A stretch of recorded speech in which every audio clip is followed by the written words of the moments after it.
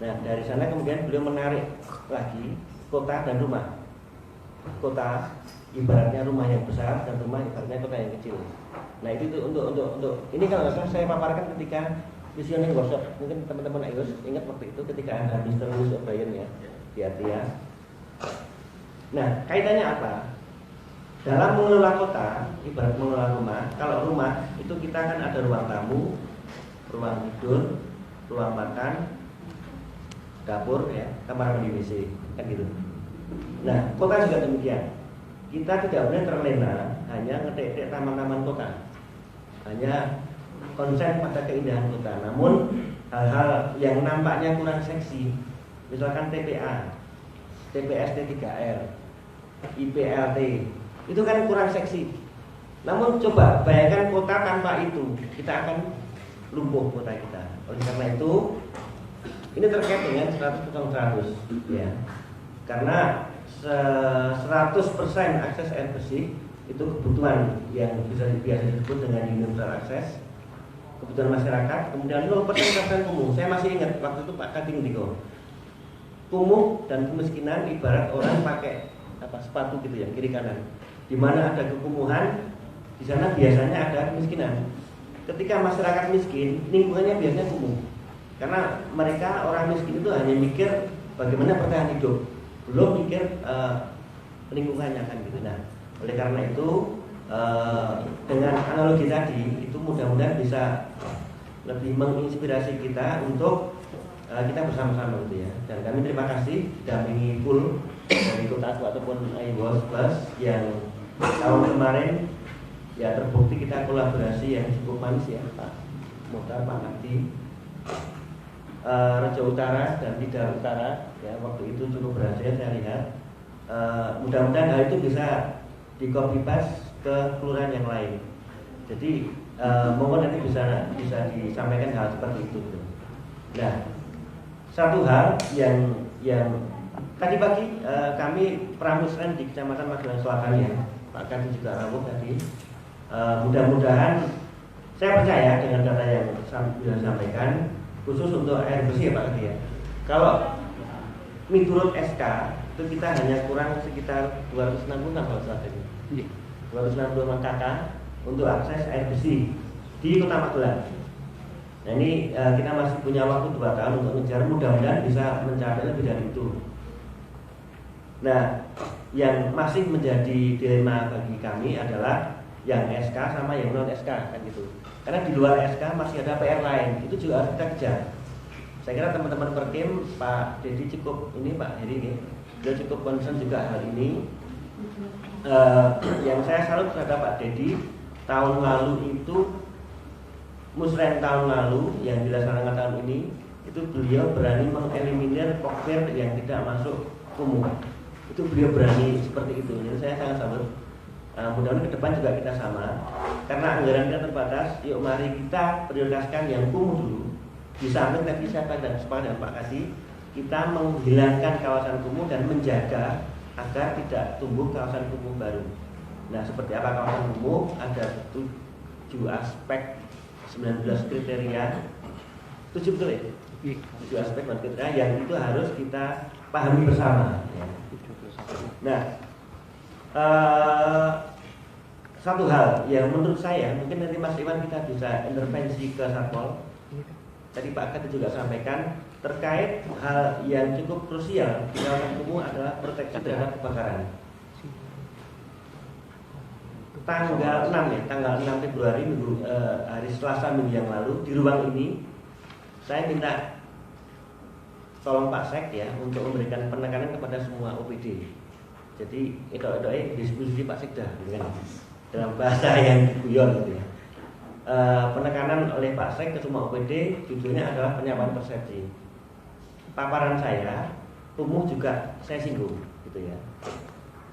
Itu langsung direspon siang harinya Pak Singgit, Kepala Satpol ngomong saya, Pak saya mau mengajukan apa itu kayak mobil pemadam kebakaran yang 3 roda gitu loh, untuk bisa masuk ke kampung-kampung. Saya salut dengan Pak Singgit, namun masih kurang menurut saya. Yang perlu juga dipikirkan adalah yang sifatnya preventif. bagaimana menyadarkan masyarakat, terutama di kawasan kumuh, untuk sama-sama sadar jangan sampai terjadi kebakaran. Itu mungkin Mas Iwan, nanti ketika forum OPD, ketika verifikasi renja, kita intervensi ke Satpol, ya, biar ada kegiatan sifatnya sosialisasi atau ya semacam pemicuan mungkin ya, bisa nggak Pak Mutar?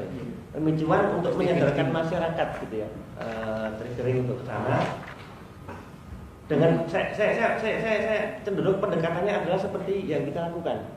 Jadi tidak memulai masyarakat tidak omong enggak, tapi dengan saya kurang menguasai, mungkin teman-teman AIWAS atau Kotaku nanti bisa membantu gitu ya, untuk ada interaksi dengan masyarakat dia dengan menggunakan beberapa alat tertentu. Seperti kemarin yang dilakukan oleh DKK itu berhasil ya, ketika pemicuan yang sanitasi gitu, itu bagus sekali ya. Jadi masyarakat, intinya adalah targetnya masyarakat lebih sadar terhadap untuk melakukan proteksi terhadap kebakaran. Bisa dari apa? Listriknya bisa, kemudian nggak tahu lah, kemungkinan bisa kita rumuskan. Tapi itu penting sekali sebagai salah satu aspek dalam menghilangkan kawasan kumuh, menghilangkan kriteria kawasan kumuh, atau mengantisipasi, menindaklanjuti gitu ya, kriteria untuk kawasan kumuh. Kemudian yang lain nanti kita mengalir saja Pak Kadi ya, karena tadi yang disampaikan Pak Didi juga benar juga. Kadang kita nggak ngerti gitu ya, pusat seperti apa, kemudian sampai daerah di dalam perjalanannya ada perubahan, kita belum tahu. Seperti sebagai contoh, Banprov sampai sekarang belum ada Pak Hari ya. Banprov 2018 sampai sekarang belum ada juntrungnya, kabarnya. Padahal waktu itu tahun lalu kami mengusulkan 2 IPAL komunal. Kalau nggak salah dipanjang sama Megersari, sudah di ACC sama Kepala Bapeda Provinsi. Kalau itu Banprov berhasil kan lumayan, kita bisa mengurangi ini kan. Namun belum ada juntrungnya. Nah ini hal seperti itu nanti kita mengalir saja sambil jalan. Dana-dana dari pusat kita tetap pantau gitu ya untuk pengatasannya. Namun demikian paling enggak dari APBD ya nanti melalui FGD ini bisa lebih terarah sehingga hasilnya akan sama-sama kita sepakati target-target dan sebagainya.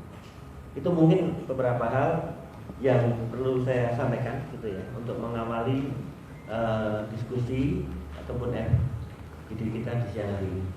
Untuk selanjutnya saya mohon Mas Iwan suatu Kabid Ekpraswil untuk nanti menghandle. Saya akan pantau Mas Iwan Wirawiri gitu. Jadi kalau belum seperti ini itu sekaligus pemberdayaan Kabid gitu kan, eselon 3. Walaupun sudah terbiasa gitu, namun biar lebih terbiasa gitu loh. Saya yakin Mas Iwan sudah cukup ini, apalagi kan baru promosi tahun ini jadi lebih semangat gitu. Mau Mas Iwan.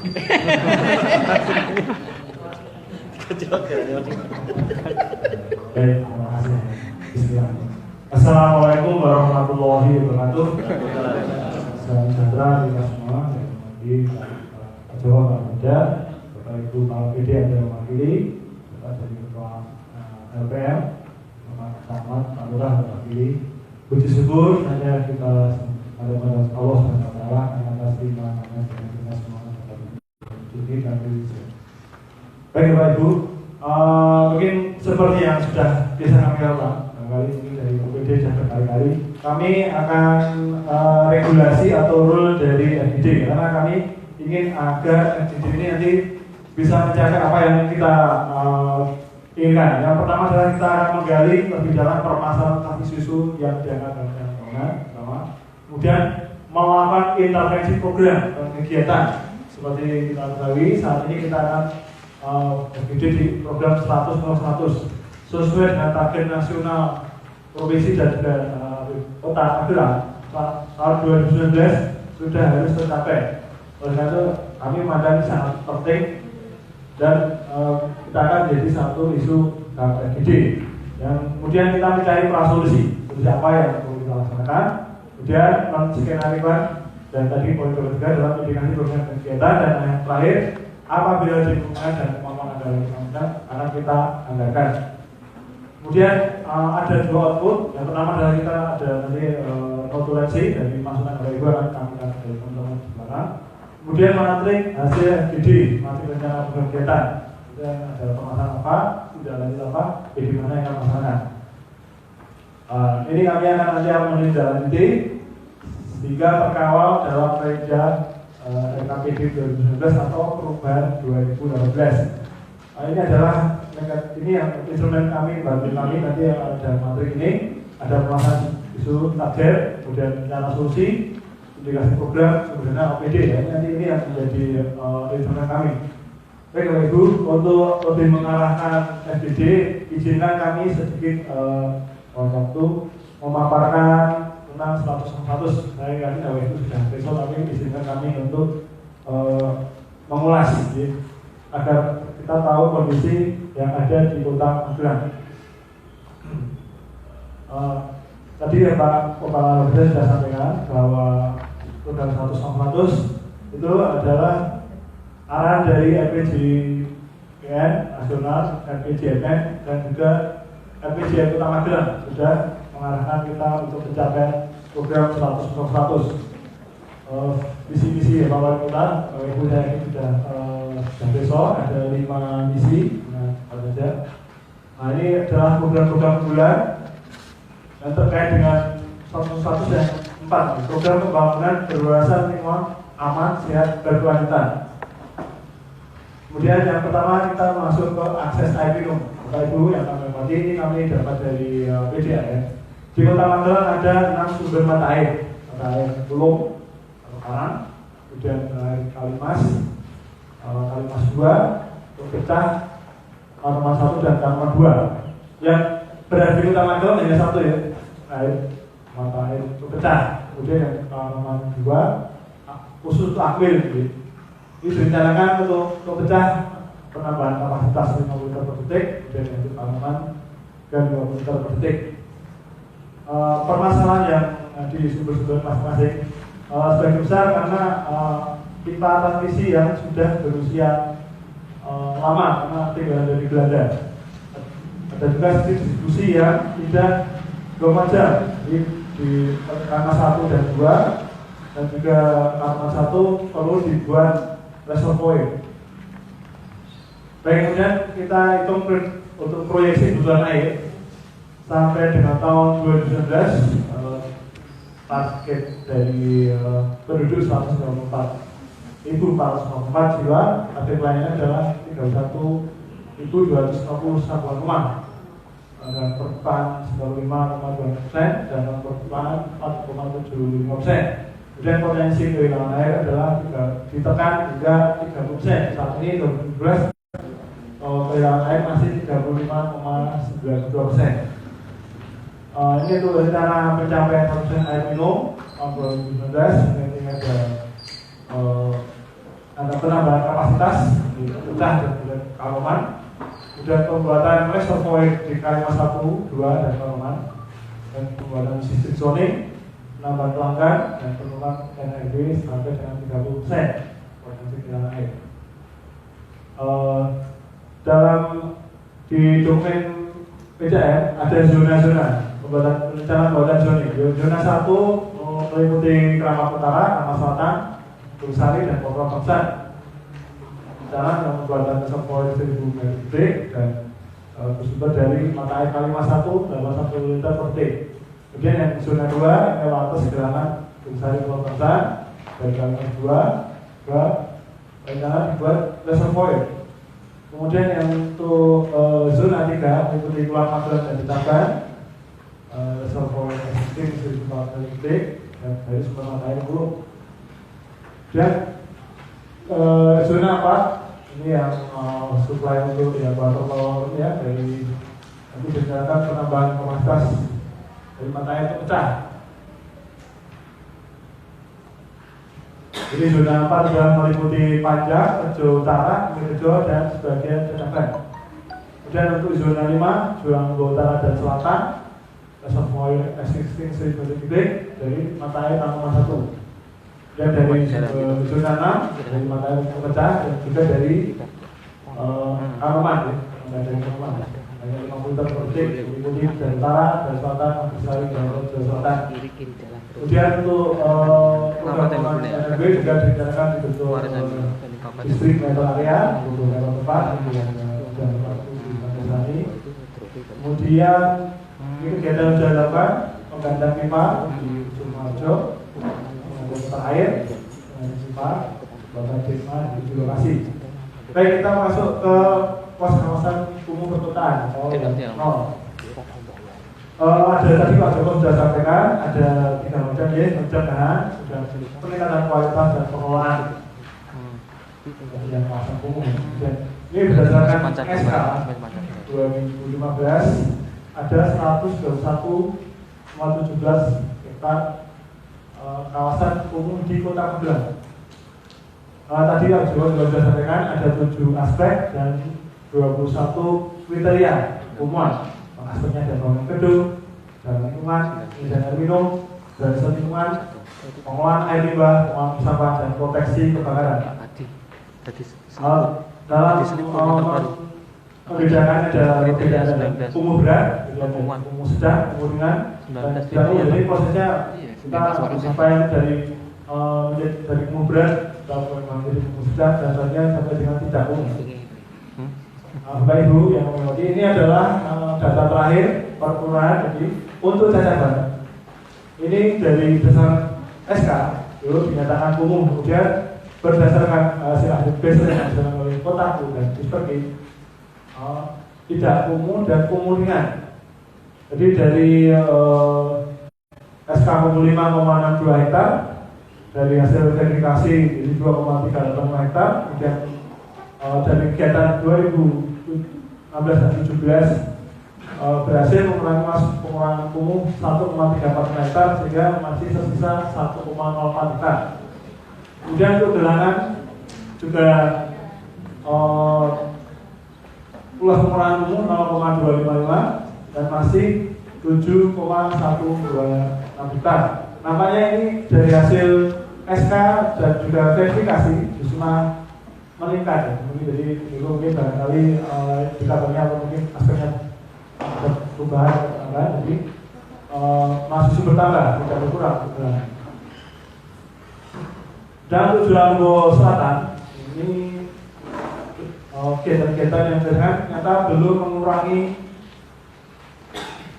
kawasan kumuh, masih 1,4 hektar.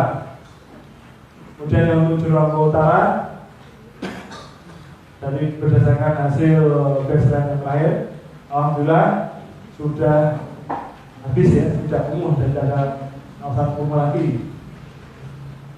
Untuk Dumsari masih ada kumuh ringan. Dari hasil SK 6,37 hektar, ternyata berdasarkan verifikasi Kusuma meningkat dari 7,9 hektar. Barangkali kemungkinan adalah area-area yang di sepanjang rel kereta api ya, di asetnya bukan aset masyarakat. Kemudian di Ngamirejo ini ternyata juga kegiatan dilakukan belum mengurangi kumuh, masih 1,85, berkurang dari kondisi SK 2015. Kemudian untuk Kamar Selatan SK kumuh 9,26 hektar, verifikasi itu meningkat dari 13,21 hektar dan dari kumuh 5,5 sehingga tinggal 7,71 hektar. Kemudian Keramat Utara ini sudah dengan SK kumuh 6,59, diverifikasi 4,78, sudah dilaksanakan pengelolaan kumuh 4,59 sehingga hanya menyisakan 0,19 hektar. Kemudian Magelang masih ada 4,092 hektar. Kumuhnya dalam kumuringan saya Magersari nampaknya masih banyak sekali RW yang masih kumuringan ya, bukan data yang kumuringan. Sehingga totalnya masih 5,28 hektar. Untuk Panjang ini juga masih 3,7 hektar. Dan Potong Bangsa dari SK terus sangat besar kali 16,20 hektar. Kemudian dari verifikasi 14 dan pembangunan dan tangan sudah berhasil mengurangi 10,76 hektar sehingga tinggal 4,11 hektar. Rejo Selatan tinggal 2,81 hektar. Kemudian Rejo Utara Ini yang namanya masih perlu penanganan serius ya, karena masih 10,895 hektar, masih sangat luas ya. Untuk Tidar Selatan 3,4 hektar, kemudian Tidar Utara 4,462 hektar, Wates 4,37 hektar. Jadi ini dari rekap semuanya. Jadi RT umum awal ada 257, RT umum 117, RT umum akhir 330, dan nanti total seluruh luas umum akhir tinggal 67,75 dari dulu SK 2015 maupun 2017. Bapak Ibu yang kami hormati, tentunya saja mohon nanti dicermati lagi RT yang ada data mana saja yang masih masuk umum. Itu adalah mohon diprioritaskan apabila sudah ditangani oleh kecamatan, kelurahan, dan juga kota barangkali. Jadi bisa lewat Superkim ya, karena harus target kita 2019 sudah habis. Ini penanganan masalah umum. Jadi ada beberapa yang nanti perlu verifikasi, kemudian urusan dari teknis penanganan umum. Jadi belum optimalnya ini penanganan umum. Kemudian kami masuk ke bidang sanitasi. Sanitasi ini targetnya adalah untuk badan sampah nanti dapat 5% aset layak dan 15% aset dasar, 1% tersebut.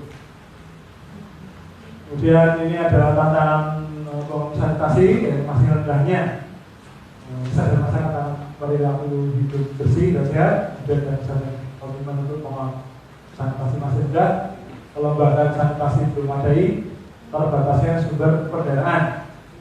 Strategi pelaksananya adalah membangun sistem kemudian fasilitas masyarakat dan pelaksanaan bangunan berbasis masyarakat. Ada dua macam program, fisik dan non-fisik. Fisik data dari PAL, ada DPS 3R dan DPS 5.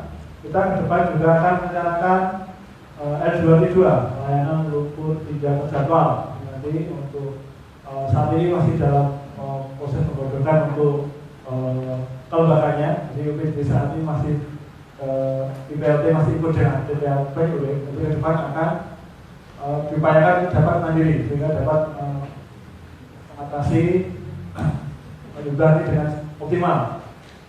Ke depan nanti sesuai dengan kemarin waktu kunjungan kerja dan juga pengajian, kita akan prioritaskan dulu untuk penanganan kantor-kantor pemerintah dan juga ke depan juga PNS warga Kota Magelang. Ini diharapkan karena memang seharusnya setiap 3 tahun sekali itu jamban kita disedot. Kalau jasur sebenarnya malah semenjak mati. Karena dari hasil penelitian juga ternyata bagian besar sumber air kita sudah tercemar oleh bakteri coli, itu sangat berbahaya. Itu target sana adalah 100% di 2019. Dan air limbah ada 5 macam, organisasi dan bangunan SPAL DS, SPAL DD dan MCK. Nah, tadi yang layanan lumpur tidak terjadwal tadi. Nah ini ya Ibu, mungkin sedikit sistem air limbah sesuai dengan Permen PU. Ada SPAL DS untuk individu dan komunal 2-10 kakak.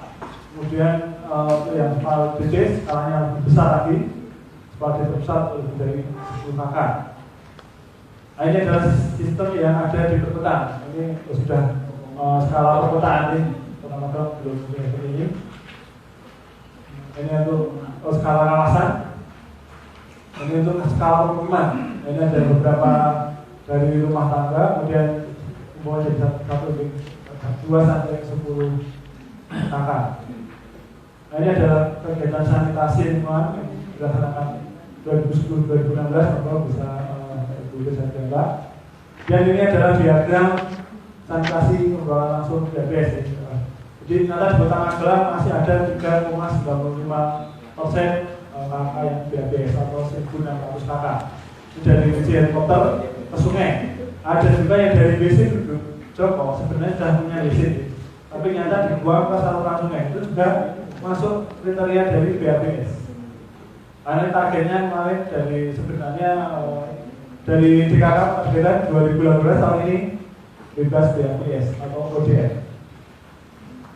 Ini tadi yang saya sampaikan, masih ada 3,95% penduduk di APS.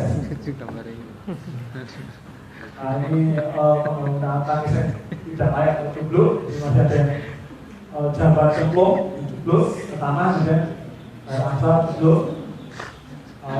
Ini sebenarnya yang ketiga ini juga sudah dengan tangki septic, tapi tidak layak. Ini barangkali yang sudah besar yang ada di masyarakat.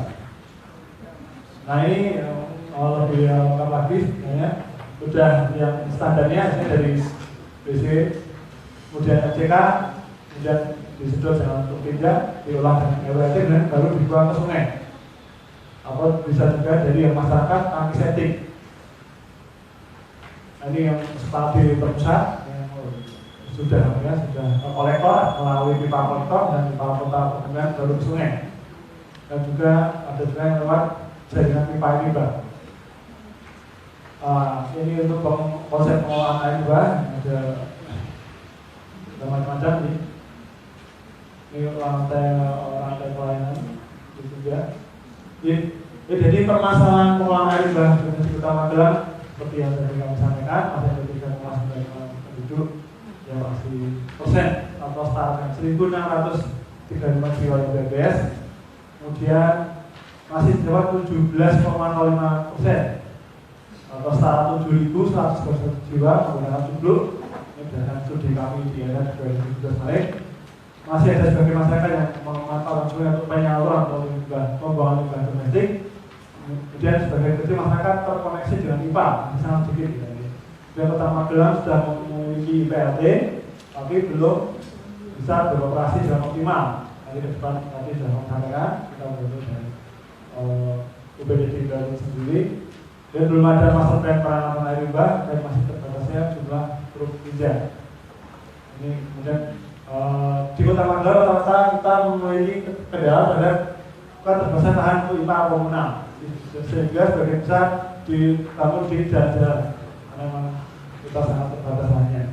Dan minimnya alokasi anggaran untuk sektor air limbah dan tidak sedia peraturan terkait pengolahan air limbah domestik dan belum optimalnya peran masyarakat dan swasta dalam pengolahan air limbah, kurang sosialisasi terhadap jenis jamban dan tangki septic yang sehat. Jadi sebenarnya sekarang sudah ada yang tangki septic SNI.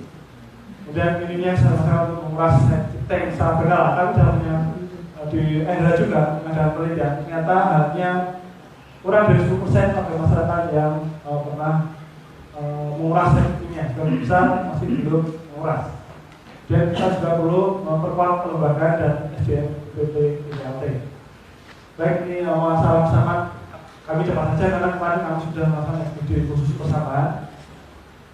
Ini kami bisa dikesari. Yang intinya bahwa mungkin dalam kesempatan ini kami sudah sampaikan partisipasi dari Bapak Ibu masyarakat semuanya bahwa Kota Magelang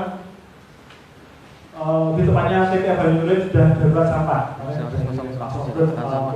juga sudah menyampaikan bahwa di sana sudah bisa apa? Sebenarnya mereka hanya menumpuk, mengolah, mengatur, menumpuk semakin tinggi dan semakin tinggi karena sudah lahan yang terbatas. Itu di lahan di Kabupaten Magelang. Secara tata ruang di sana juga disebut sebagai ruang terbuka hijau. Artinya apa? Tidak digunakan ada TPA sana. Jadi apabila kita bisa lakukan akan menjadi bom waktu yang sangat berbahaya. Karena itu memang perlu fasilitas masyarakat dapat mengurangi. Jadi industri cycle mengurangi timbulan sampah dari sumbernya. Itu yang saya sampaikan aja. Kita saat ini juga masih mencari pembuatan TPST Bojong. Nanti juga diharapkan hasil CV yang benar-benar yang bisa dimanfaatkan baru dibuat ke TPA. Domestik. Enggak pernah sampai ini di persampahan, ini langsung ke masalahnya masih kurang salah pengolahan sampah dari sumber kuantitas sampai TPA.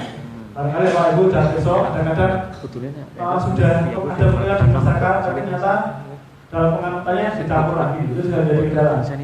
Kemudian masih terbatasnya cuma TPST 3R namun sebenarnya target kami di masing-masing kelurahan ada satu TPST 3R. Ini kalau Bapak Ibu besok di SDR jangan berdayakan dengan TPA. Di sana justru masih ada mungkin bisa kontrak misalnya yang di Jogja kami sudah kesana.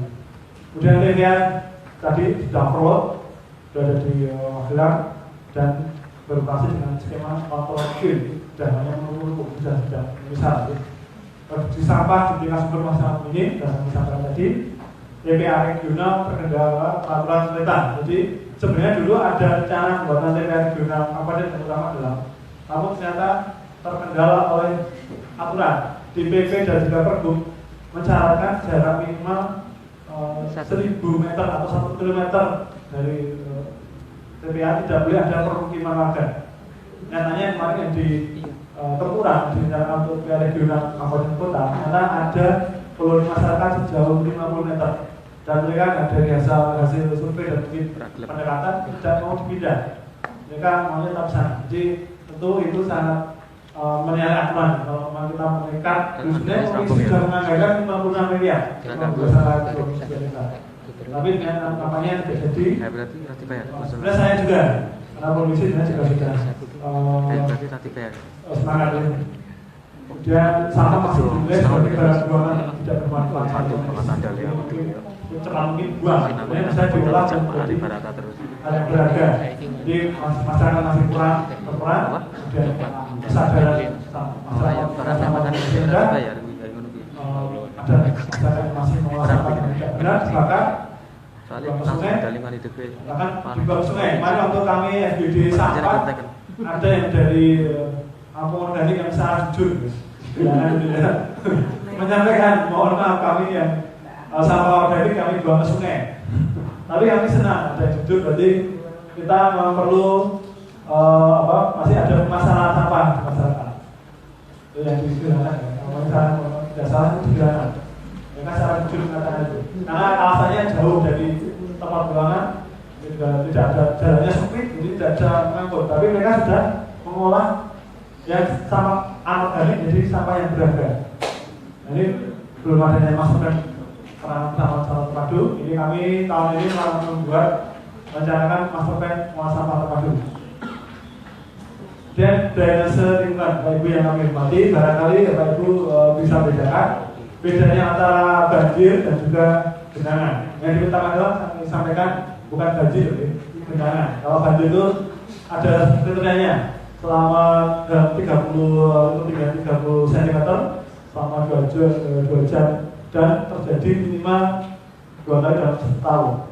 Itu di Kota Magelang genangan 30 cm. Ini pengelolaan drainase banjir selama 6 jam baik, dan rusak, kemudian ini konsep pengelolaan drainase ada beberapa ya, ada kolam retensi juga dan ada juga yang sumur biopori juga bisa untuk mencegah genangan atau banjir. Karena memang kontur kita tuh seperti punggung kerbau ya, sama dengan. Jadi di sebelah timur Sungai Lo, di sebelah barat Sungai Kerbau. Jadi relatif air ya kalau memang drainase bagus akan mengalir ke tempat yang berbeda.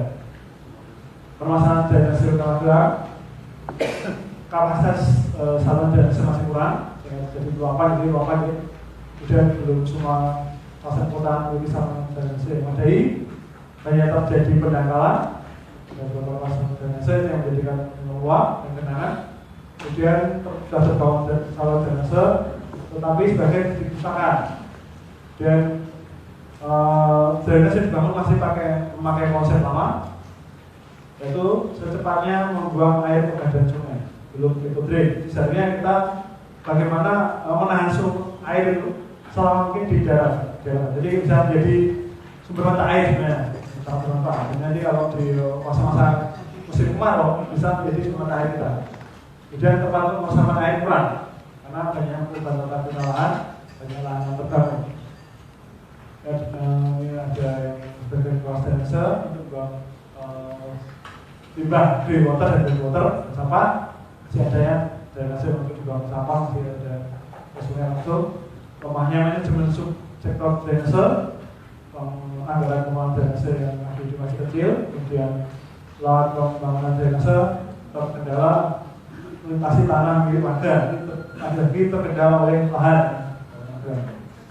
Kemudian saluran drainase gunakan untuk pembuangan limbah rumah tangga, sebenarnya tidak diperkenalkan, jadi harusnya diolah dulu, kemudian baru nasional dan RPJMD nasional. Di RPJMD pertama adalah kami juga sedang menargetkan terkait dengan tadi akses status. Yang pertama adalah persentase penduduk berhasil air minum. Target 2019 100%. Kemudian yang untuk kawasan umum semua luar ditargetkan 0%. Kemudian untuk yang dari sistem air limbah skala kawasan target 2019 10 dan berkurangnya volume sampah dari sumbernya, pengurangan sampah dari masyarakat dengan 3 tadi 2,3%. Dan persentase sampah kota yang tangani 9%, dan persentase panjang drainase dan kondisi baik sebesar 86%. Demikian Bapak Ibu yang hormati, wassalamualaikum warahmatullahi wabarakatuh.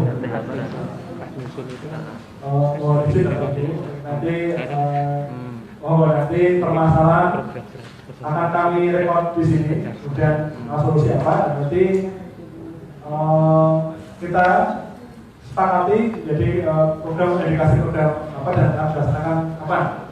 Monggo nanti untuk yang pertama kami berikan kesempatan dari LPM dan dari Kelurahan atau barangkali ada masukan-masukan permasalahan terkait dengan 101. Monggo.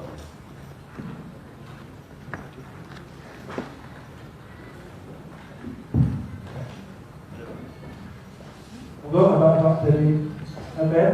Konten Pak. Belum. Barangkali dari pergi dulu aja, Mas Heri, kaitan dengan tadi masih ada, dan nanti dari Kotaku juga ada dari EWOS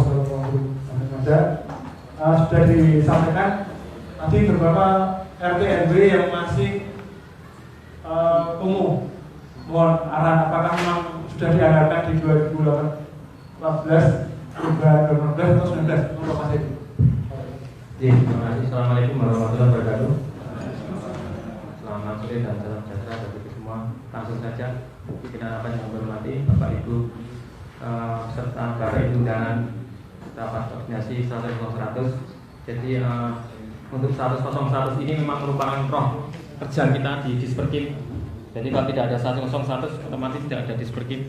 Jadi mungkin Bapak dari LKM, LPM, dari Kelurahan sudah bosan juga 100 ya. Jadi inilah yang menjadi PR kita semua. Jadi untuk tahun 2018 ini alhamdulillah sudah ada pengurangan yang sangat signifikan dari 121,17 hektar.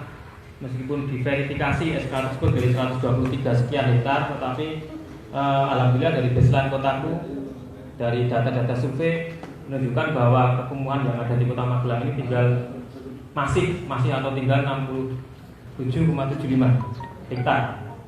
Jadi ini akan menjadi PR kita bersama. Dan yang ditanyakan Mas Iman tadi, Pak Iman, Mas Iman tadi untuk yang kegiatan-kegiatan di 2018 memang kami akan berkonsentrasi dan intens sekali di SK Kumuh. Ini kebetulan juga RP2 KPKP kami sudah selesai, dokumen RP2 KPKP kami sudah selesai, dan di situ sudah ada action plan-nya. Jadi mungkin untuk RP2 KPKP akan kita distribusikan di OPD-OPD. Itu adalah menjadi acuan kita bekerja di Disperkim untuk menuntaskan 100 meskipun beberapa kalangan banyak yang skeptis dengan adanya 0% atau kekumuhan, karena yang disampaikan Pak Kadi juga sering juga di Musrenbang juga, di Pramusrenbang juga, yang namanya 100 itu 100 dan 100 kanan kirinya itu harus seimbang baru 0%. Jadi 0% itu terakhir. Jadi sanitasi harus tertuntas dulu, kemudian air minum harus tertuntas dulu, dan lain-lain 7 indikator plus 1 tadi, itu baru 0%-nya itu akan tercapai. Tetapi seperti kita ketahui bersama, untuk 0% kekumuhan ini banyak yang memandang skeptis karena ada beberapa kawasan yang memang tidak bisa kita sentuh, seperti aset-aset yang dimiliki oleh PT KAI. Itu karena sampai sekarang pun untuk master plan dari PT KAI yang akan merevitalisasi rel kereta api itu mungkin masih simpang siur dan belum Ya, jadi masih ada beberapa warga masyarakat yang mengeluhkan seperti itu. Dan seperti kita lihat bersama di RP 2 KPKP juga dicantumkan di situ. Jadi ada deliniasi untuk kawasan rel kereta api utara ya Pak Kadi ya. Iya. Utara dan selatan itu ya ada ya di Ketnandu itu memang sangat-sangat sulit untuk kita tuntaskan di situ. Dan seperti juga beberapa waktu yang lalu di tahun 2017 yang lalu juga dari teman-teman dari Dinkes DKK juga sangat-sangat intens untuk melakukan pemicuan dalam masalah sanitasi ya dalam tanda kutip mengajak masyarakat untuk hidup sehat gitu. Jadi dimotori oleh kawan kami dari Ayuwas Pak Motar dan kawan-kawan. Jadi di situ kita mengajak masyarakat untuk peduli dengan sanitasi, peduli dengan limbah domestik.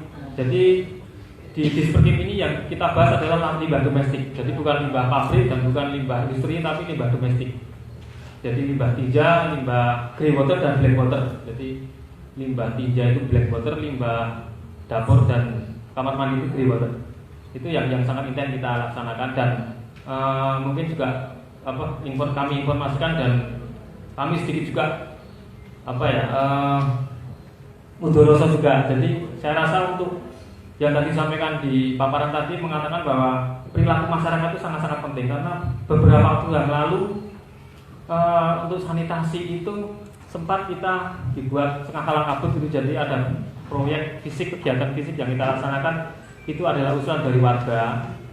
Jadi saluran gitu ya, saluran drainase lingkungan gitu. Tapi beberapa waktu kemudian setelah adanya hujan dan kejadian-kejadian itu meluber di situ. Itu sempat masuk ke portal Ayo Lapor itu, dan ternyata setelah kita cek di lapangan itu adalah limbah domestik. Jadi rumah-rumah bagus, rumah-rumah tingkat, rumah-rumah orang-orang yang agak tapi dia nggak membuat resepan. Jadi banyak masyarakat yang kurang sadar gitu ya. Jadi mereka tetap memasukkan limbah domestiknya itu ke saluran drainase. Mereka nggak mau membuat resapan. Jadi saya sangat prihatin seperti itu. Mudah-mudahan nanti dari bapak-bapak LKM mungkin dan mungkin yang hadir juga di sini bisa sedikit memberi support, memberi pengertian kepada warganya untuk sadar lingkungan gitu. Jadi yang namanya drainase lingkungan ya tidak untuk limbah domestik. Itu malah ada juga yang saya itu di kelurahan mana ya saya lupa itu. Jadi ada ternak anjing ras ya kalau nggak salah. Itu limbahnya dimasukkan di situ, jadi bau sekali.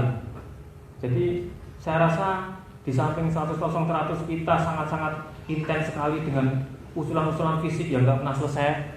Jadi bapak-bapak kan senangnya kalau usulan di musren kan mesti saluran dan jalan gitu ya. Tapi kalau ibu mungkin masih banyak MCK gitu ya. Kalau bapak-bapak kurang perhatikan MCK, kurang perhatikan sanitasi. Usulannya mesti saluran sama jalan. Mesti paving jadikan aspal, jadikan paving lagi, jadikan rabat gitu. Jadi nggak bisa selesai gitu.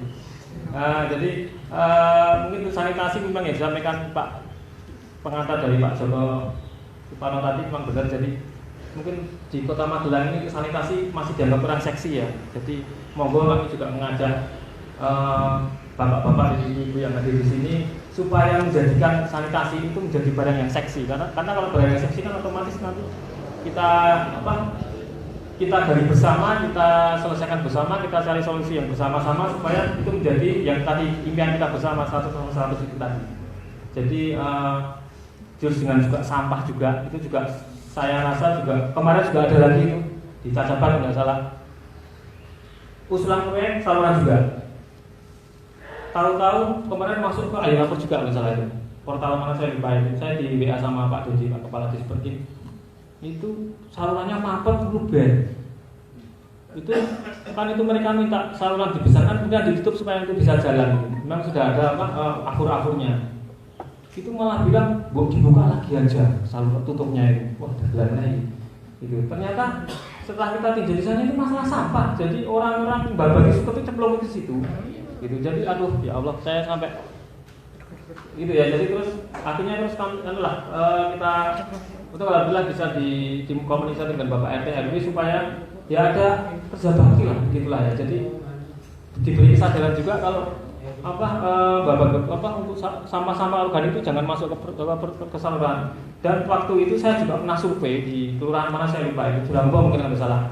Itu sampai derbok itu masuk, 1 meter derbok itu utuh itu masuk ke saluran ya, hanya ukurannya cuma 50, gitu nggak bisa tersumbat, bisa tersumbat kan seperti itu. Jadi monggo kami dari Disprim akan menampung usulan Bapak, usulan saluran jalan, tapi ya tolong lah dijaga juga dan diberi pengertian masyarakatnya begitu. Jadi jangan sedikit-sedikit terus ya. Kami jadi capek sekali kalau hanya masalah sampah, masalah perilaku begitu. Jadi mungkin dari Al-Yuwas itu hygiene-nya itu ya, mungkin Pak Motar sedikit kerja keras lagi lah. Masih berapa tahun tuh Pak Motar? Nanti monggo itu nanti ini juga perilakunya kan juga dari Pak Motarnya kan. Ini kan kita kesempatan ini kita jangan sia-siakan Pak. Itu kan kita dapat bantuan dari USAID ya. Kita dapat bantuan dana yang besar dari Amerika ya, dari Amerika Serikat, orang-orang kaya di Amerika Serikat sana di USAID sama. Jadi mari kita kita pergunakanlah momen-momen yang sangat bagus ini, sangat strategis ini untuk yaitu tadi khususnya 100 gitu tadi. Mungkin sudah ya sampai ini sanitasi 100 sudah, nanti mungkin lebih lanjut dari teman-teman kotaku, monggo Pak Kati tambah. Terima kasih. Assalamualaikum warahmatullahi wabarakatuh.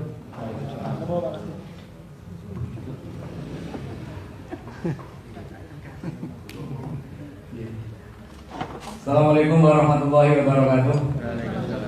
Yang saya hormati Bapak Ibu peserta FGD 100/100.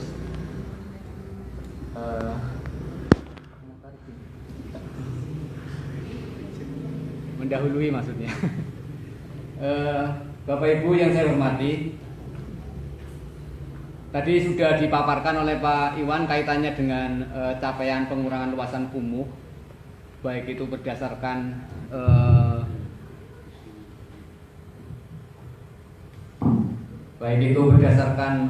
verifikasi lapang data baseline maupun berdasarkan intervensi kegiatan. Kami pada saat melakukan proses itu memang berkejaran dengan proses penyusunan RP2 KPKP. Karena RP2 KPKP juga basis datanya semuanya hampir dari baseline 100/100. Dan data baseline ini memang menjadi acuan bagi Kementerian PUPR, terutama pada kegiatan keciptakaryaan, semuanya hampir mengacu ke situ, termasuk baik itu DAK perumahan, BSBS, kemudian DAK sanitasi, DAK air minum, itu memang diarahkan ke sana dalam rangka menuntaskan tahun 2019 benar-benar apa yang disampaikan oleh Pak Heri tadi bisa mewujudkan 100/100.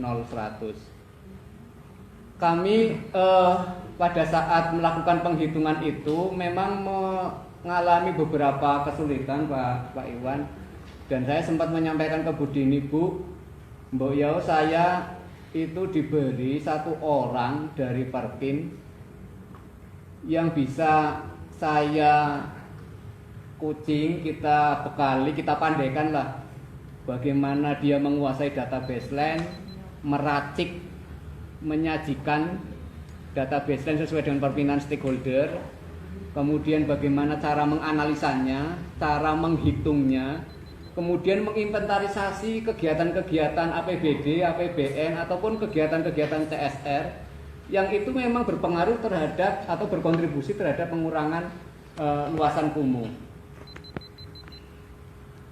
Karena kalau kemudian kawan-kawan di kotaku memang ini orang lapang ya, intens, pekerjaannya lumayan cukup banyak Pak. Di samping melakukan penguatan kelembagaan, di sana juga ada kegiatan pinjaman bergulir yang perlu didampingi, manajemen kelembagaan LKN yang boleh dikatakan Pak Imam. Beberapa LKN itu ya mati tak mau hidup. Nah ini banyak sekali yang memang perlu kita lakukan.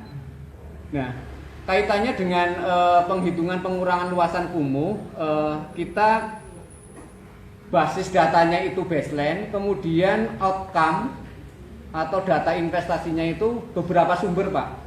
Tahun 2017 itu ada dari APBD.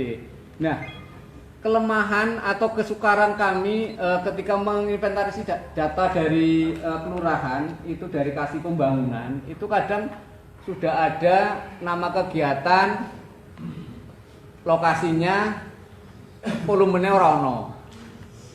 Volumenya ono, regane duitnya ora enek. Terus kemudian itu sudah ada, ternyata penerima manfaatnya nggak ada, sehingga aplikasi kami itu nggak bisa membaca. Itu kerepotan kami, sehingga terus bolak-balik ke sana kemari kawan-kawan di lapang untuk mencari data ini. Nah, rupanya memang di masing-masing kelurahan ataupun OPD itu perlu ada ya satu orang lah yang bisa menginventarisasi kegiatan, ya. Nyuwun sewu Pak Heri ya. Dan kalau saya sempat disajikan oleh data dari Pak Heri maupun Mas Anto juga nama kegiatan saja, tapi datanya tidak lengkap. Kalaupun toh lengkap, saya harus gorek-gorek LPJ dari rekanan ya Pak. Ya.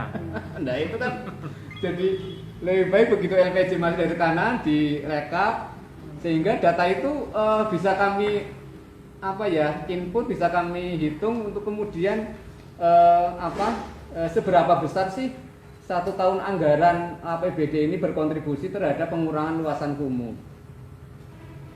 Sehingga kami itu bisa memprediksi antara tahun 2016, 2017, 2019, 18, 19 itu kira-kira setiap tahunnya bisa berkontribusi berapa hektar gitu ya dengan dana sekian puluh miliar memang. Nah makanya ke depan Pak Iwan saya hanya mengusulkan tahun 2018 ini kami di kotaku itu sudah membuat simulasi, yaitu simulasi pengurangan luasan kumuh. Satu file Excel itu bersit-sit Pak, banyak nggak karu-karuan. Jadi kalau kemudian orang itu tidak bergelut dengan data, tidak menguasai Excel itu memang repot Pak. Untuk kemudian bisa ya hanya orang-orang yang senang dengan data saja yang kemudian bisa dengan senang hati melakukan itu. Nah, simulasi ini menjadi dasar bagi kami, termasuk juga bagi OPD terkait yang kaitannya dengan pengurangan luasan kumuh ini, untuk kemudian bisa dilihat. Saya pernah menyampaikan ke Pak Idioko, jadi kadang di profil kelurahan itu skornya kurang dari 19, umpamanya 16. Karena batas kumuh dan tidak kumuh kan angka 19 Pak ya, disampaikan oleh Pak Iwan tadi di tayangan di paparan. Karena ukuran mengukur RT itu kumuh atau tidak itu memakai 7 aspek dengan 19 parameter berdasarkan Permen PUPR nomor 2 tahun 2016 itu ada 19 parameter. 19 parameter inilah yang dijadikan kami untuk kemudian memverifikasi setiap RT ini kumuh atau tidak gitu kan. Nah, makanya tadi ada kelurahan yang naik. Saya sempat ditanya umpamanya dari Magelang atau di kelurahan lain. Karena pada saat melakukan delimiasi ternyata memang ada perbedaan. Jadi antara tracking GPS dengan memakai hitungan satuan luas rumah itu akan berbeda. Kalau kita menghitung delimiasi kumuh berdasarkan luas satuan rumah, itu tanah lapang sudah dihitung Pak. Jadi lapangan sepak bola, pekarangan, yang pokoknya tanah itu di atasnya tidak ada bangunan, itu tidak dihitung. Makanya ada perbedaan. Sehingga bisa saja luas karena mungkin pada saat itu kayak perkantoran dan dihitung gitu ya. Nah, kantor wali kota dan dihitung. Padahal itu ini pemukiman juga. Terus toko-toko dan sebagainya di sepanjang jalan itu semuanya dihitung. Apapun bangunan yang ada di atas tanah itu dihitung luasannya. Sehingga kemudian muncul itu. Tetapi setelah kami semuanya rekap dari 247 RT itu luasannya sekitar 123, berapa tadi ya di paparan itu. Jadi dengan SK itu hanya selisih kurang lebih 1 hektar sekian. Kami konsultasi ke pusat, itu masih di ambang apa ya, toleransi lah. Artinya masih wajar gitu ya, bisa diterima. Berbeda kalau umpamanya SK-nya 121, begitu diverifikasi ternyata sampai 200 umpamanya. Nah, tentu ini tidak wajar. Kalau hanya 1-2 hektar itu masih wajar. Ya tadi karena perbedaan cara mendelensi kumuh antara tracking GPS dengan hitungan akumulasi satuan luas rumah. Nah, ini yang kita lakukan. Nah, kemudian yang berikutnya Pak Iwan, jadi saya sangat berharap sekali data simulasi pengurangan luasan kumuh tahun 2018 yang sudah kami bikin.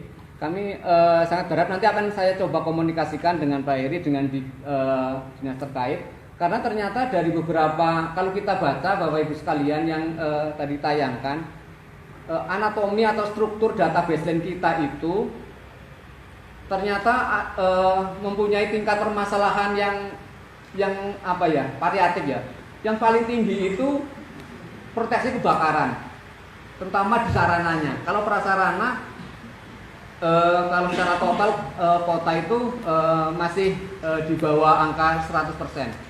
Tetapi kalau sudah sarana, ini masih lumayan cukup besar, Pak. Kemudian isu yang kedua itu adalah persampahan. Persampahan seperti saya sampaikan tadi pada waktu di Magelang Selatan kepada Pak Joko, bahwa ternyata persoalan perilaku ini sangat berpengaruh sekali, Pak. Jadi sampah itu kan ada 4 parameter kalau tidak salah. Nyun sewu teman-teman Pascal kalau yang buka itu ada 4 parameter. Salah satu parameternya itu adalah masalah sistem pengelolaan sampah yang tidak terpelihara namanya ya, atau tidak berjalan baik. Sarana sampahnya itu sudah ada semua, Pak, tetapi sistemnya tidak jalan. Ini kan persoalan perilaku seperti disampaikan oleh Pak Heri tadi. Kemudian kita sudah bangun drainase sekian meter. Mungkin kalau umumnya dihitung panjangnya ya dari Magelang sampai tekan berkilo-kilo gitu ya. Tapi ternyata ada sekian kilo di angka kami di baseline itu ternyata tidak terpelihara. Jika kalau kemudian ada persoalan masalah genangan dan sebagainya, itu bukan persoalan konstruksi salurannya yang jelek atau baik, tetapi memang karena kita tidak bisa merawat dan memelihara saluran. Dan itu lumayan, angkanya lumayan cukup besar, Pak, di baseline kita. Nah, kemudian yang berikutnya kaitannya dengan sanitasi. Jadi ada proteksi kebakaran urutan pertama. Makanya kemarin saya sampaikan kepada Pak Asnar, Pak, dari baseline kami di kotaku, permasalahan kumuh yang persentasenya masih tinggi itu adalah masalah proteksi kebakaran. Karena faktanya di lapangan, RT-RT yang kumuh, yang huniannya sangat padat, itu ternyata tidak ada proteksi kebakaran. Entah itu dalam bentuk apar, roda 3, atau gerobak yang ditarik. Hanya beberapa RT saja. Kayak kemudian kemarin akhirnya kita mencoba mendorong untuk UPTD kebakaran agar bisa memprogramkan itu. Nah, kemudian yang jadi kebakaran, kemudian sampah, sanitasi urutan yang ketiga. Yang keempat itu adalah RTLH. Nah, jalan sama saluran, Pak, di kami itu sudah nol. Karena yang disampaikan oleh Pak Heri betul. Jadi kalau jalan kita umpamanya dipotong, Pak, itu berlapis-lapis. Ada lapisan aspal, paving, beton, aspal lagi. Jadi berlapis-lapis karena tahun ini kepengin beton di beton, besok tahun berikutnya di aspal ya di aspal. Jadi memang bolak-balik itu saja. Nah, sementara kaitannya dengan sanitasi itu ternyata persoalannya pada persoalan non teknis. Hingga ketika kawan-kawan bikin SPPL atau istilahnya UPL UKL itu, yang kita temukan di lapang kadang mau kita karena keterbatasan lahan bikin ipalnya di jalan momennya. Tapi ada warga yang terganggu nanti kalau lewat dan sebagainya, sehingga kemudian akhirnya ada banyak penolakan, tidak jadi dan sebagainya. Itu persoalan-persoalan non teknis yang kita temui di lapang seperti itu. Nah, sehingga kami sangat berharap sekali ketika nanti OPD menyusun program, coba lihat profilnya Pak, peta dan profil data kita. Umumnya tadi sudah ditayangkan nih sama Pak Iwan, Magelang atau Kelurahan Kedung Sari, ini RT yang kumuh, ini yang tidak. Nah, RT yang kumuh itu profilnya seperti apa? Persoalan yang tertinggi ada di mana? Nah, itu yang kita intervensi. Karena begitu skornya kan gini Pak ya. Kalau kita baca tadi paparannya Pak Iwan itu 1 sampai dengan 19 atau angka di bawah 9 itu tidak kumuh. Kemudian antara 19 sampai berapa itu? 44 ya.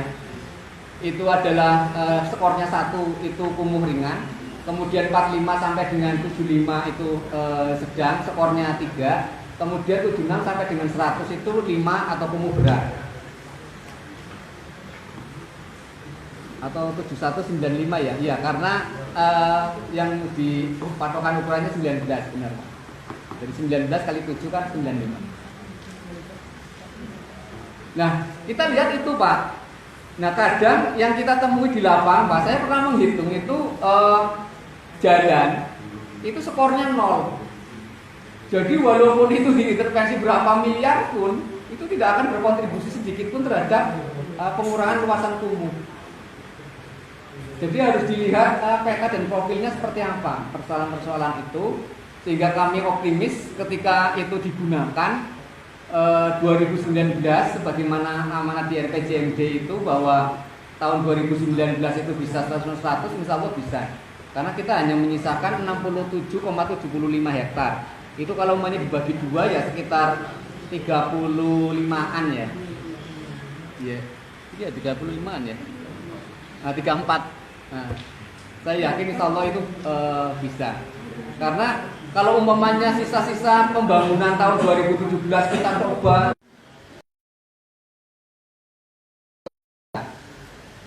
nah ini akan coba kami hitung ulang. Masa sih masih 10 hektar. Wong Potro Bangsan saja masih tinggal 4, berapa hektar kan dari 16, padahal itu ranking pertama. Saya kira ini perlu saya hitung lagi agar kemudian bisa meringankan beban kita untuk kemudian tahun 2019 benar-benar bisa 100. Jadi itu Pak Iwan beberapa persoalan yang kami hadapi di lapang. Saya mohon bantuannya agar tahun 2018 ini data inventarisasi kegiatan APBD tahun 2018 yang sudah terrealisasi di lokasi-lokasi di Linesi Kumuh itu bisa terinventarisasi, terdokumentasi dengan baik, sehingga kami bisa menghitung.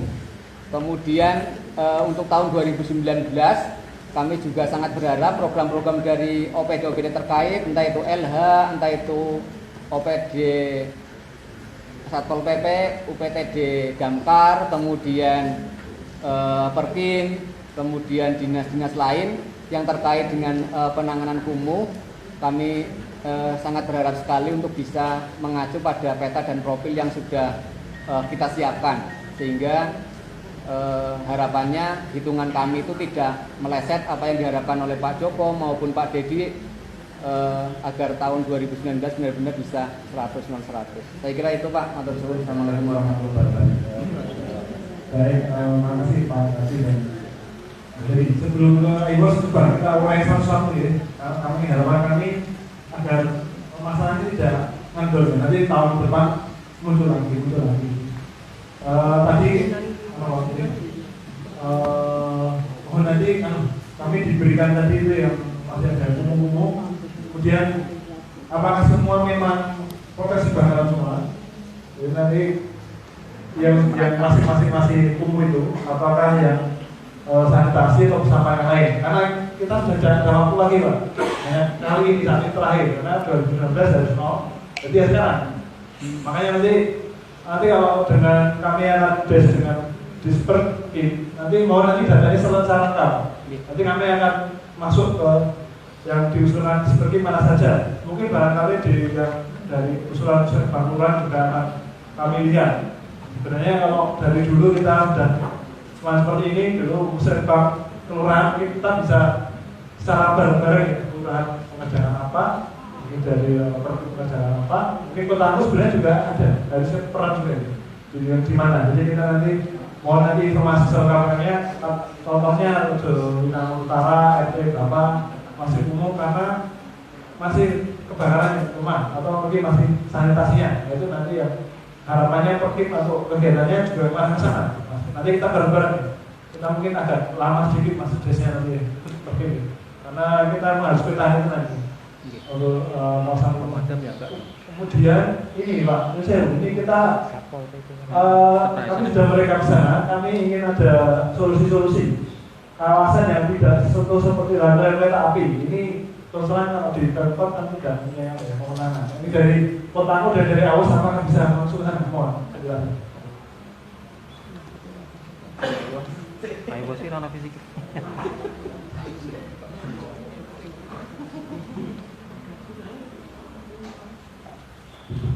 Assalamualaikum warahmatullahi wabarakatuh. Terima kasih atas kesempatannya. Nanti bisa menginfokan rekan saya. Panjang jalan. Jadi kita lebih mengevaluasi dari kegiatan yang sudah kita lakukan sebelumnya. Kita sudah mulai 2016 akhir ya, dan kita sudah melihat hasilnya. Setidaknya walaupun hanya sekelumit yang pernah kita dampingi, dan itu pun keberhasilan itu kita lakukan dengan kolaborasi program itu dengan OPD maupun dengan Kotaku. Di sini banyak kita kolaborasi dengan Dinas Kesehatan, Dinas Perkim, dan juga Kotaku. Nah, seperti yang disampaikan tadi tentang apa namanya, yang tidak bisa terakses ya. Nah, kalau memang di kami memang sebetulnya tidak bisa masuk ke wilayah tersebut, namun seperti halnya yang untuk mungkin untuk peraturan di Kota Magelang sendiri, apakah bisa membangunkan bangunan di luar squatter tadi, tapi bisa mengakses ke rumah-rumah, tapi dengan artian bahwasanya kalau kita memberikan fasilitas ke mereka ya sama aja gitu, melanggar aturan. Walaupun bangunannya di luar, kalau di luar kan masih bisa, tapi kalau aksesnya itu masih tetap kita fasilitasi gitu. Nah, terus kemudian itu untuk sanitasi maupun air bersih. Terus kemudian yang kita banyak mendapatkan evaluasi itu pada saat kita melakukan komunikasi dengan masyarakat. Kita melakukan sosialisasi maupun pemicuan. Kalau di sini kita memang namanya pemicuan, metode kita. Nah, kita memberikan gambaran dan kita juga belajar bersama dengan masyarakat. Jadi kami itu memang awalnya kita dasar dengan data yang dari SSK maupun dari Kotaku. Terus kemudian kita masuk ke masyarakat, kita belajar bersama, melihat dan masyarakat sendiri mengkaji kondisi lingkungan di situ, entah apa namanya sanitasinya, air bersihnya, ataupun persampahannya, ataupun kondisi-kondisi lingkungan di sekitarnya, entah itu yang timbul bau atau mungkin ya jijik atau segala macam saluran drainasenya seperti itu. Kita kaji bersama di masyarakat. Jadi pendampingan kita langsung ke masyarakat langsung. Kita tidak lanjuti langsung. Jadi kita agak sedikit mengabaikan data-data yang sudah ada. Terus kemudian dari pengalaman yang sudah ada, karena saya sendiri di Kota Magelang itu sendirian ya tenaganya. Jadi kalau kita membutuhkan spesial itu juga mobile. Jadi kita harus mengatur waktu. Jadi mungkin kalau seperti yang diharapkan oleh Perkim tadi, Pak Heri, kita perlu adanya sosialisasi dan pemicuan. Nah ini kita solusinya adalah kita coba, kalau saya sendiri tidak bisa ya, makanya kita coba untuk mengkader. Itu salah satunya sosialisasi adalah mengkader. mengkader para sanitarian ataupun kader-kader di tingkat kelurahan, RT RW. Itu salah satu solusi. Jadi tenaga saya itu bisa dibantukan ke mereka. Mereka kita kita latih, kita dampingi supaya lebih kuat di masyarakat untuk melakukan pengingat, melakukan pemicuan, melakukan sosialisasi tentang sanitasi maupun air bersih tersebut. Dan itu juga sudah kita lakukan. Dan itu kegiatan kami sudah sangat kewalahan. Terlihat kalau Pak Heri dengan saya itu begitu saya sudah ada, Pak Heri masuk, membuka, terus ditinggal. Jadi masukan nanti silakan ayo dibantu gitu. Nah, ini. Terus kemudian yang lain, kami melihat dari lingkungan sekitar pada saat pemicuan itu bahwasanya masyarakat juga sudah ada yang mengelola tentang sanitasi maupun air bersih. Tetapi di situ ada kelembagaan, lembaga itu tidak berjalan. Entah itu karena pembinaannya tidak ada, entah itu pembiayaan tidak ada, atau penguatan kelembagaan itu yang kurang kuat. Itu. Jadi mungkin solusinya kita perlu membina mereka, bikin semacam paguyuban atau kelompok tingkat kota gitu ya, untuk mengumpulkan lembaga-lembaga tersebut. Itu mungkin salah satu solusinya. Terus kemudian untuk memicu mereka, ya biasanya juga ada di persampahan juga ada lomba-lomba gitu. Tapi saya lihat untuk di Kota Magelang apakah sudah ada pemicu mereka supaya lebih semangat, lembaga-lembaga tadi, lembaga sanitasi atau spam ya.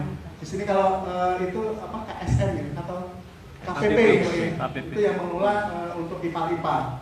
Nah kalau seandainya ada lomba tersebut, mungkin bisa lebih memberikan semangat mereka untuk bisa andil atau bisa mengoptimalkan kelembagaan mereka. Terus kita juga perlu melihat kondisi lingkungan kota Magelang yang di masyarakat itu.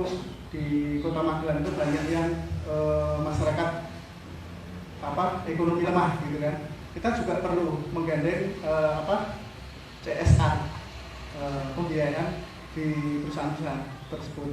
Nah itu kalau di pemerintah daerah bisa membantu pendanaan untuk fisiknya, namun untuk mengakses ke rumah itu belum bisa. Begitu ya Pak Heri ya?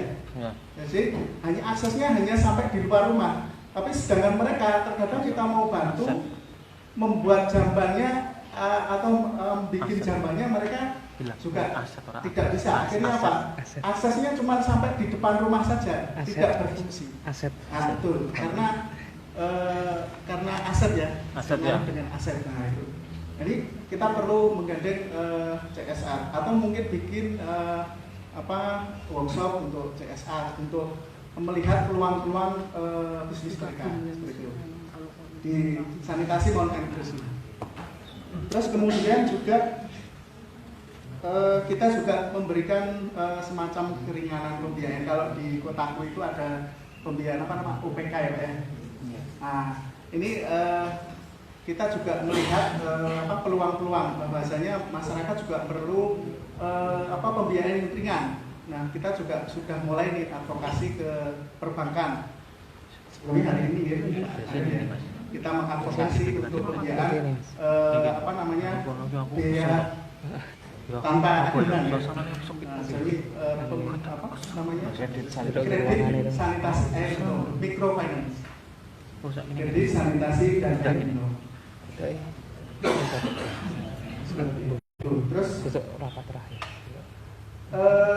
Beberapa kali pertemuan di masyarakat maupun di tingkat OPD itu kita melihat juga masyarakat untuk kesadaran ke sana itu terkadang karena tidak ada aturan. Kalau di sini tadi kendala ya Pak ya, di sini juga sudah masuk terkendala belum adanya aturan yang mengatur tentang pengelolaan limbah domestik. Nah ini kalau seandainya di Kota Magelang itu ada semacam perda atau perwal ataupun surat edaran itu mungkin bisa memicu masyarakat untuk lebih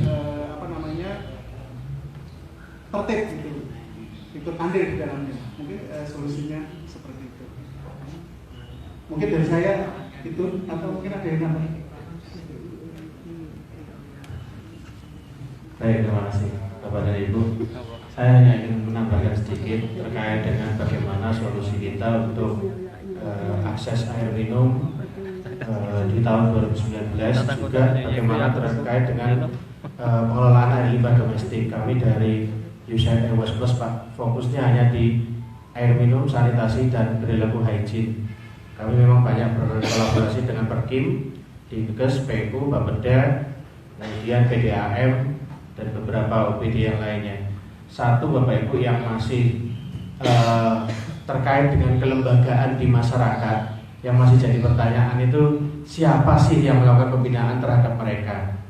Ini yang belum ketemu, apakah di Permas, ataukah di PU, ataukah di Perkim. Karena PU tugasnya bangun selesai sudah, gitu kan gitu. Kemudian di Perkim bangun selesai sudah. Tapi kan kelembagaan itu kan harus jalan terus. Atau itu tugasnya kelurahan, atau itu tugasnya kecamatan. Nah, ini memang perlu untuk keberlanjutan dari sebuah program yang sudah dibangun oleh pemerintah. Yang berikutnya terkait dengan akses. Saat ini kami sudah seperti dikatakan tadi, penjajakan dengan Bank Magelang terkait dengan microfinance bagi yang nanti mau kredit baik air minumnya PDAM khusus SR ya, khusus SR sambungan rumah ya. Mudah-mudahan minggu depan sudah ada perjanjian kerjasama antara PDAM dengan Bank Magelang. Kemudian nanti kita tindak lanjuti juga dengan kalau masyarakat mau membangun septic tank tidak punya duit, bagaimana? Bisa salah satu alternatifnya kalau tidak ada bantuan dari pemerintah bisa lewat kredit bunga ringan. Saya nggak tahu ringannya seberapa, 1 on atau 2 on atau berapa. Oke. Nanti bisa kita coba ke arah sana. Kemudian terkait dengan masalah regulasi, kita itu sudah punya perda Bapak Ibu. Cuman belum ada peraturan wali kotanya. Jadi sudah punya perda tentang penyedotan kakus. Kalau tidak salah nomor 16 tahun 2012. Sudah hampir 6 tahun, cuman belum ada perwalnya.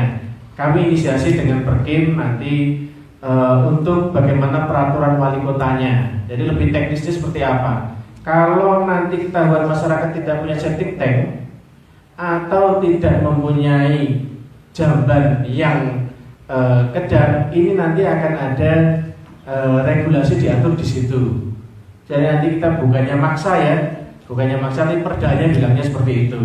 Kemudian nanti kalau misalnya langsung dibuang ke kali atau ke sungai, nanti diatur di situ juga. Oke, jadi nanti standarnya seperti apa ini dan seperti apa. Ini sedang kami fasilitasi. Mudah-mudahan tahun ini selesai.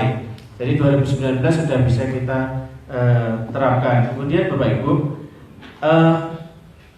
akses air minum di Kota Magelang harapan terbesarnya itu dari PDAM. Oke, Pak, PDAM. Oke, harapannya dari PDAM. Nah, saat ini mudah-mudahan tahun ini berjalan lancar. Itu ada tambahan ya dari tuk pecah ya, ada tambahan tahun ini dibangun. Mudah-mudahan 2019 sudah bisa untuk tambahan akses. Jadi kemudian selain itu masalah kebocoran atau NRW di PDAM ini juga masih jadi masalah. Kalau targetnya 2019-30, mulai dari tahun kemarin kita sudah melakukan pendampingan terkait dengan masalah NRW tingkat kebocoran di PDAM. Jadi mudah-mudahan 2019-2018 ini sudah bisa selesai, 2019 sudah bisa optimal semua. Baik itu bisa dimaksimalkan untuk akses masyarakatnya. Kemudian Bapak Ibu, terkait dengan kelembagaan, siapa sih yang mengelola air limbah domestik? Ya, saat ini belum, saya baru saja dapat informasi dari bagian organisasi, surat rekomendasi dari gubernur terkait dengan UPT di Kota Magelang ini belum turun, ya belum turun. Nah, tapi sudah dilihat ke sana tadi belum turun. ini penting juga kita lakukan pengawalan karena apa? Air limbah domestik kalau penduduk Kota Magelang itu misalnya 35.000 KK anggap aja kan 100 sekian ya, 100 sekian jiwa. Kalau 35.000 KK, kalau itu 80% atau 30.000-nya itu rumah tangga. Kalau nanti setiap rumah tangga disedot 3 tahun sekali, paling tidak setahun itu nyedot 10.000 rumah tangga. Kalau itu tidak dikelola atau paling tidak difasilitasi pengelolaannya oleh pemerintah kota, saya takutnya begitu disedot oleh swasta dibuang lagi ke Rogo.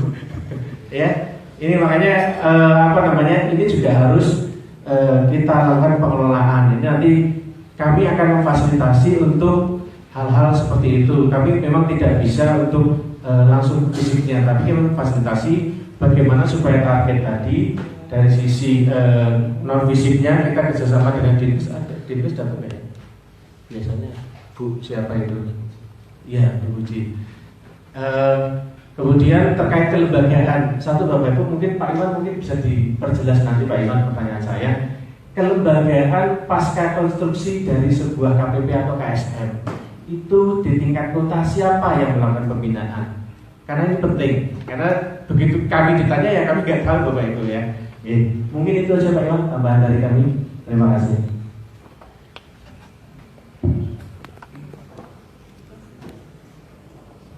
Pelembagaan KPP pasca konstruksi ya. Pasca konstruksi. PLT. Mungkin ada yang bisa bantu ya. Itu secara rutin ada kegiatan untuk sosialisasi dan bintek dari PS. Kita kerjasama dengan Satker PSPLB. Ya, dari Semarang. Jadi kan berarti kan kemungkinan kegiatannya ada melakukan di Kecamatan Kurang atau di BPTSP ya. Di Disperkim sekarang. Pembinaannya ya. Kemarin sosialisasi sudah. Disperkim. Sudah. Ya. Kelembagaan pasca pembinaan kerjasama dengan PSPLB KPP itu sudah ada sosialisasinya. Ada. Kemarin sampai 3 kali saya lupa itu. Tapi tahun ini saya tidak tahu. Tapi biasanya itu rutin dari Satker PSPLB. Dulu PLP, sekarang PSPLB. Ada kegiatan ya, Mbak Uli dan kawan-kawan itu. Kalau kita memang ada di tahun kita ada monitoring evaluasi, tapi yang jelas dari PSPLB biasanya sudah rutin seperti itu. Okay. Anggarannya dari soalnya kan itu yang bangun kan dari provinsi juga dari pusat. APBD Provinsi Jawa Tengah ya dan dari pusat. Sangat berkomitmen sekali ya. Usulan tadi. Ya. Yang apa namanya lomba-lomba untuk KPP itu. 2019 di Renja kita sudah ngangkat seperti itu. Lomba sanitasi, kalau tidak sanitasi ya mungkin yang air bersih. Di Renja 2019. Ada pemikiran itu. Baru kita coba mengusulkan. Nah, nanti kita setuju enggak? Ya nanti kita setuju ya. Coba ya kalau mampu nanti.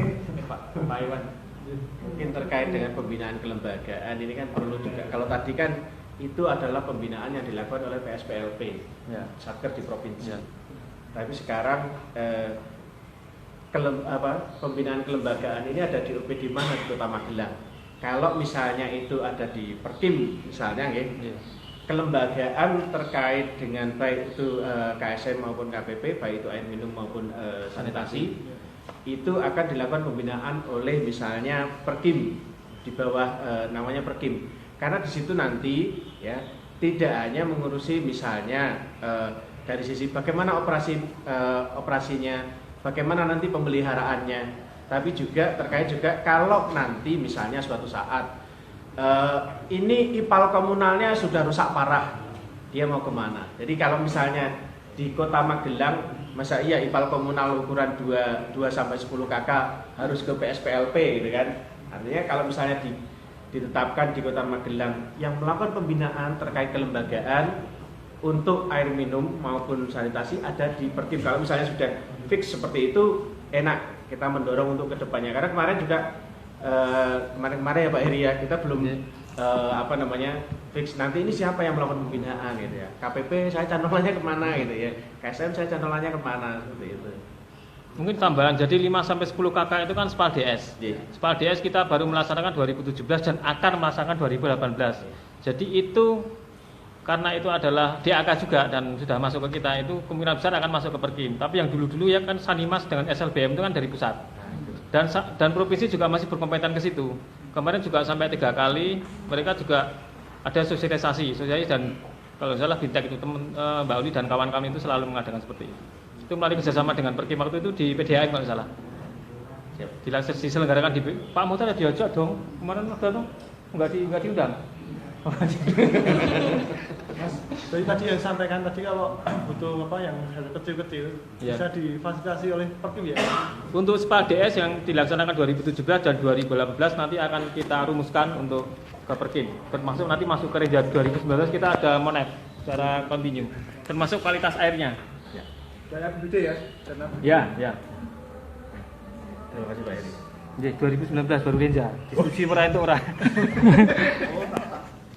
Oh, itu si duit toh. Apa ya begitu namanya? Ayo juga bertanggung jawab untuk mengawal. Nah, kita kan mau mengawal nih. Kami mau mengumpulkan memang prioritas ya kita awal. 2019 Mas ya? Ya, masuk ke Renja Berarti belum ada ya? 2019. Ya. Terus Perkim. Ini juga ada 2019 untuk pengecekan kualitas sepertinya ada. Sudah ada. Saya lupa jumlahnya, saya lupa. Ya. Oh, sudah ada. 2019. Baik, untuk yang lomba-lomba itu kan? Lomba baru Renja 2019. Kita Iya. baru terpikirkan tadi. Iya. Ya, baru-baru ini. Lebih Soalnya lomba-lomba kan kita selalu K3 gitu ya, kebersihan gitu. Tapi kita akan coba untuk terobosan baru ini, inovasi baru untuk entah nanti sanitasi atau air minum saya nggak tahu atau dua-duanya saya juga nggak tahu. lomba sanitasi 2019 Perkim. Jadi nanti alat ini bantu kami untuk desreng ya. Jadi bisa agar ada lanjut jangan hanya berhenti gitu. Mungkin tadi yang dari lembaga masyarakat dan jawab microfinance nanti matur Pak nanti tolong dibayar. Kemudian sudah ada perda, tapi belum ada formal ya. Yang menanam bisa formal ini.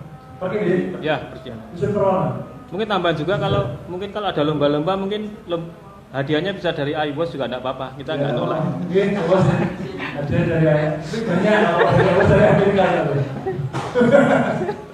Kan nggak apa ini kan konfisi. Nanti kita kerjasama dengan CSR. Kita nyari kan loh.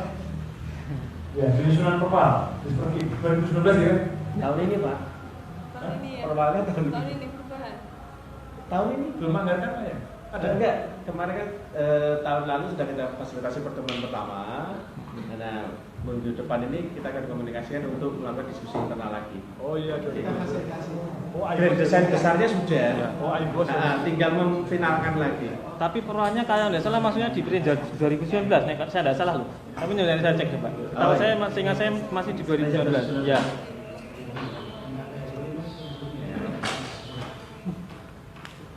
Kalau ini ya pembinaan dari kelembagaan masyarakat, ini lomba.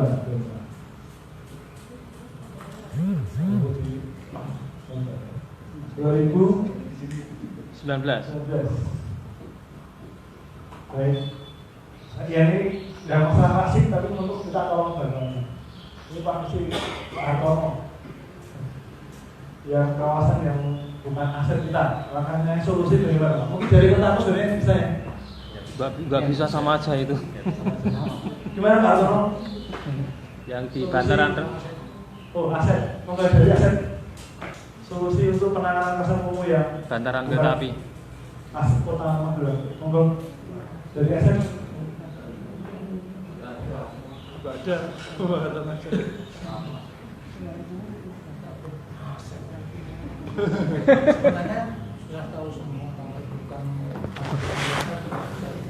Mesti jawab. Kalau dengan total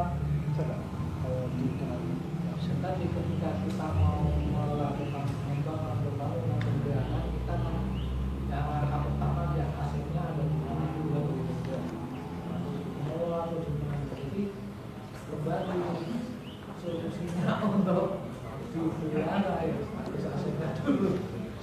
Memang kalau kita rasakan kadang-kadang kita nggak enak ya, makanya jangan kita gini. contoh ya, fasilitas umum bukan sementara punya orang yang jadi direlakan untuk fasilitas umum, tapi bahasanya mau memelihara itu tidak bisa, terus mekanisme harus diserahkan dulu kepada pemerintah. Kalau dengan nota kerjasama dengan PJK bisa tidak? Nanti kami tanyakan ke bagian aset dan reputasi. Soalnya gini Mas Pak Hartono, untuk yang kalau kereta api mungkin saya sudah blank ya. Kalau untuk yang BBWS atau PSDA itu kan jalan-jalan di pinggir kali itu sebenarnya sepadan sungai itu. Tapi kan selalu bisa kita aspal karena ada MOU. Jadi mereka memang lebih diuntungkan karena tidak akan ada rumah liar di situ begitu.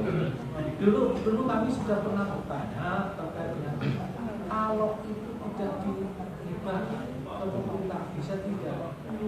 Apa selalu harus dibangun?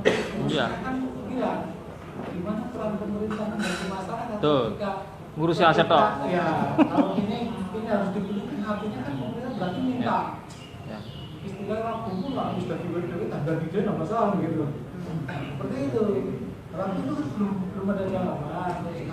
Kalau saya secara pribadi sih, asal ada pernyataan bahwa kan untuk kepentingan umum, artinya masyarakat sudah kasih ini pemerintah apa, jangan begitu. Kalau saya pemahaman saya sedang masalah, tapi belum clear. Soalnya juga terus terang untuk tahun ini kita baru mau buat inovasi juga, terobosan juga untuk membuat spal DS tapi di bantaran sungai. Tapi kemarin juga kami sempat, mungkin kita akan dalam waktu dekat akan koordinasi dengan BBWS Rayopa di Jogja karena banyak sekali rumah-rumah liar, sebenarnya bukan liar tapi sebenarnya rumah tapi kemudian menjorok ke SPS sempadan dan mereka nggak punya WC, kamar mandi WC. Jadi kita akan mencari terobosan itu apakah bisa kita buat spal DS di situ gitu. Tapi kalau melulu mereka memang benar-benar rumah liar kita nggak berani. Seperti di kawasan kereta api di Superkim terus terang sudah angkat tangan, sudah tidak bisa apa-apa lagi gitu. Ya dulu kan sudah banyak diskusi dengan Mbak Dini. Iya. Kami sama-sama. Iya. Tapi nggak terselesaikan, Pak. Iya.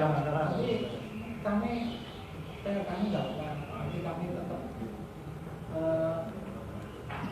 berkoordinasi lah dengan akuntansi, ini kebijakannya di sana. Kebijakannya di akuntansi. Karena kalau tidak selesaikan ya akan selamanya tidak akan nol. Sebenarnya permasalahannya banyak ya Mas. Iya, banyak sekali. Jalan-jalan. Ya. Kan sekarang begini, misalnya ada jalan, katanya kita terkait dengan 100%. Ada jalan, kalau dibiarkan tidak ada campur tangan pemerintah itu potensial menjadi. Ya, padahal itu masih HM itu 2 meter masih HM. Ini masih HM antara satu rumah dengan yang belum tentu kapasitas itu untuk diberikan. Tapi perannya kalau menurut saya tidak masalah. Yang penting itu kan juga punya kepentingan pemerintah untuk program ini kan begitu. Tapi ya dulu saya kan tidak bisa memutuskan sendiri. Kalau saya bisa, tapi ada pihak lain mengatakan tidak bisa. Ketika diharapkan dalam satu temuan, apa saya akan berada presiden kan tidak bisa. Yang lain akan ngomong saya juga bilang tidak bisa. Kita nanti cari solusi. Kalau rusak aja nggak apa-apa, Tono. Tapi itu sudah menyangkut jiwa. Ada banyak kecelakaan di situ. Kita report di situ. Ya, nanti itu memang kita harus barangkali memang itu harus menjadi hal yang ekstra untuk kita pecahkan. Kalau tidak ya selamanya seperti ini. Ya, kecelakaan terus. Itu masih kan. Ya ini dari tahun ke tahun muncul terus tidak sesuaikan. Dan setiap kali saya datang terjadi pasti saya ditanya, saya sih pasti nanti akan tanya ke sini. Tincim. Nanti saya mungkin ketemu boleh. Ya masih gini Pak. Iya. Itu yang untuk taman milik Akmil itu kan kita bisa bangun dengan ada yang muncul dengan Akmil. Itu kan analoginya seperti itu kan. Jadi kan bisa jadi bicaranya kan ada yang bilang itu dulu Pak sebelum ini kan gitu kalimatnya seperti itu. Tapi kalau saya pribadi kalau ada misalnya ketakutan seperti ini saya nggak setuju, saya selalu nggak setuju. Dapatkan perpecahan, misalnya itu ya tadi contohnya. Nah, contohnya ada dari depan rumah saya itu ada tanah kosong. Yang orang seandainya saya memelihara tanah itu tidak boleh, mungkin rumputnya sedikit. Iya, betul. Ketika ada Banyak ular ular. yang kena siapa saya kan gitu. Kalau saya Iya. tapi juga itu nggak beda dengan itu. Iya. Kalau ada daerah seperti itu, pemerintah bukan punya pemerintah, daerah nggak boleh nanti dapatnya seperti apa? Sama. Ini harus kita pecahkan bareng-bareng. Saya siap tadi nggak masalah, nggak salah, nggak sakit hati, nggak apa. Tapi memang kita harus berpikir bareng. Baik, itu yang sadar masyarakat yang masih kurang terlibat domestik, perlu sosialisasi berarti deh. Sudah dilaksanakan, Mas Dewi? Persampahan bukan di kami, di LH. Ya.